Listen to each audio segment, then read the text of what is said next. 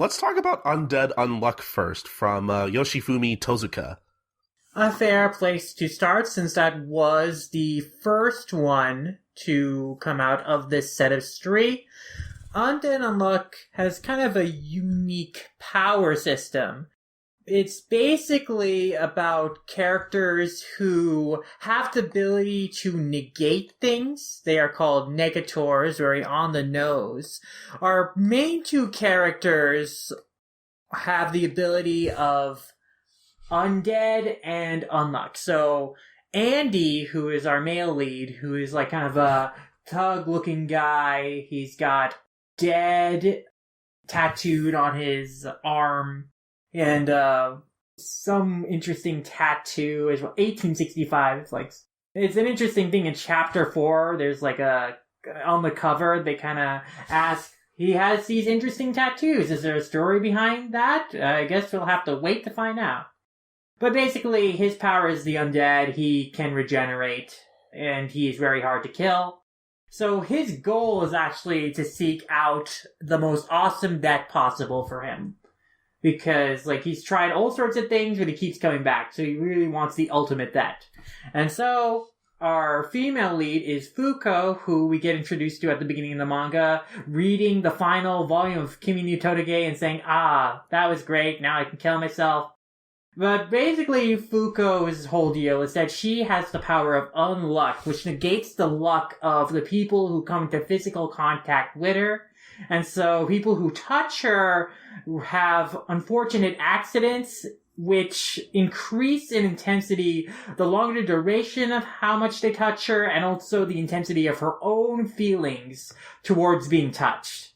So basically, when Andy comes across Fuko, he realizes the potential she has in giving him what he wants, which is, the ultimate death. So he kind of kidnaps her, and they sort of form a connection just because Andy can touch her without dying, so he's able to do some things for her, like cutting her long hair, which she was not able to get cut because any barber who tried to cut it, would be killed and whatnot. But Andy and Fuko are being hunted down by a group called the Union, who are after negators, and the Union has in their employ a special group of 10 negators who work with them in exchange for immunity from, being pursued on and experimented on by the government and whatnot. And so Andy and Fuko's goal is basically to get rid of 2 members of the Union, of their, council of 10 negators, and take their spots so they can have an immunity from, being pursued by the government and whatnot.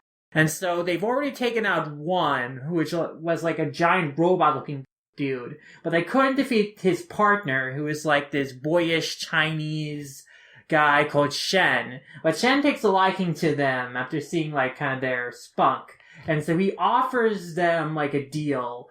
If they take out a member of the Union who is going to show up in Russia, and, they beat him, then he will put in a good word for both of them to join the Union and get that special exemption. So that's where the story is heading towards now. All right. Well, I guess just to kind of start things off, I didn't know too much about this going in. I did see that when Shonen Jump on their Twitter announced that they were going to be simulpubbing this, I saw a lot of people in the comments who, were talking about the initial one-shot of this that I guess ran in either Shonen Jump or maybe Jump Giga, one of the two, that got published a year ago at this point. And a lot of people, posting screen caps from the one shot of Andy, roping Fuka and whatnot. And even the first title page of the first chapter is basically just that. Yeah. And so, initially I was not looking forward to reading this because of that stuff. I was really afraid that this series basically was just going to exist as, as an excuse to just constantly, grope the main female lead. And while, I will say there is still some of that here every once in a while, I will say that I think I like this. I really enjoyed the first 3 chapters of this. I actually was not expecting this to be as interesting as it is. Like, I was not expecting, like, the power set that we're introduced to here, what with all these, different, like, Yuma powers and whatnot. And, I don't know, like, in a way, like, I find the relationship that Andy and Fuka form really interesting, actually. And I don't know, they're just kind of an unlikely duo that I actually want to see. I want to see more of this. Like, I'm actually really hoping this lasts, but whether that'll be the case or not, I'm not sure. I don't know, Lum, what did you think? I have mixed feelings about this because there are a lot of things I enjoy and some things that I really don't care for. The main thing I really like about the series is its power system. I really do like the Negator's power system of negating stuff that other people can do. And I think the combination of Andy's Undead and Fuko's Unluck can be used in really creative and awesome ways. Like the climax of the first chapter where Fuko kisses, where Andy decapitates his head, throws himself over to Fuko, and she kisses him, and that activates his Unluck, which is like a giant, meteor crashing into the building. That was pretty cool. That was awesome, yeah. So there are really cool things like that the combination of them together is really fun. And that extends to other characters in the series too that we've been introduced to so far. They also seem to have some interesting powers going on. Like the robot guy that they fought had the ability to, negate movement, so he was unavoidable. The Shen, the Chinese dude, his ability was not clearly defined, but it seems to make people do the opposite of what they intend to do. So, unintentional, maybe that's his power. And then in the fourth chapter, they hint towards other characters who belong to the group of 10 and their interesting power sets that I'm kind of interested to hear more about, especially the woman who, 50 years prior to the start of the story, captured Andy for the Union and her ability to, create barriers. I'm interested in her deal, too. I just want to quickly put out there that one of my favorite moments so far has been when Andy uses his regenerative powers as a boost, almost. Yeah. I'm not entirely sure, how that is supposed to work, whether that's because, his regenerative powers are, just that fast, I guess, but, I like how he uses those abilities to his advantage, how he gnaws off his finger, the tips of his fingers to use as bullets, that's the kind of stuff I live for. Yeah, using the explosive power of his regeneration to, shoot up parts of his body. In the fourth chapter, he, uses that on his fist to take down a helicopter. It's pretty great. Oh, that's so fucking cool. Yeah. So the power system in this manga is really interesting. I really, really enjoy the action on it. I really don't like how Fuko is treated. Again, she is groped quite a bit in the first chapter, but there are also rape jokes made in the series of Andy potentially sexually assaulting her. The end of the first chapter is him saying, "Oh, if we have sex, then the power of your unluck is going to be really crazy." And so he's chasing after her after she runs away. And then in the second chapter, she has to lie to Andy to convince him not to have sex with her.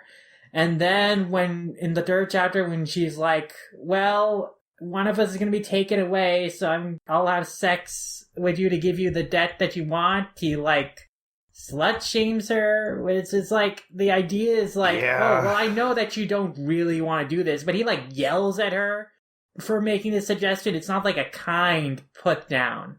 The way Fuko is treated by the narrative and the way that she is sexually exploited, I really, really don't care for.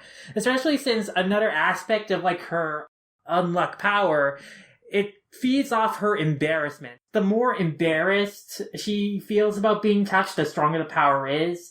This comes into play also in the fourth chapter where it activates once she finds out that Andy gave her mouth-to-mouth when she was unconscious to resuscitate her. And also, of course, pushed up her bra or whatever. To pump her heart or something. So it's yeah, I don't like that her power activates from being like physically violated.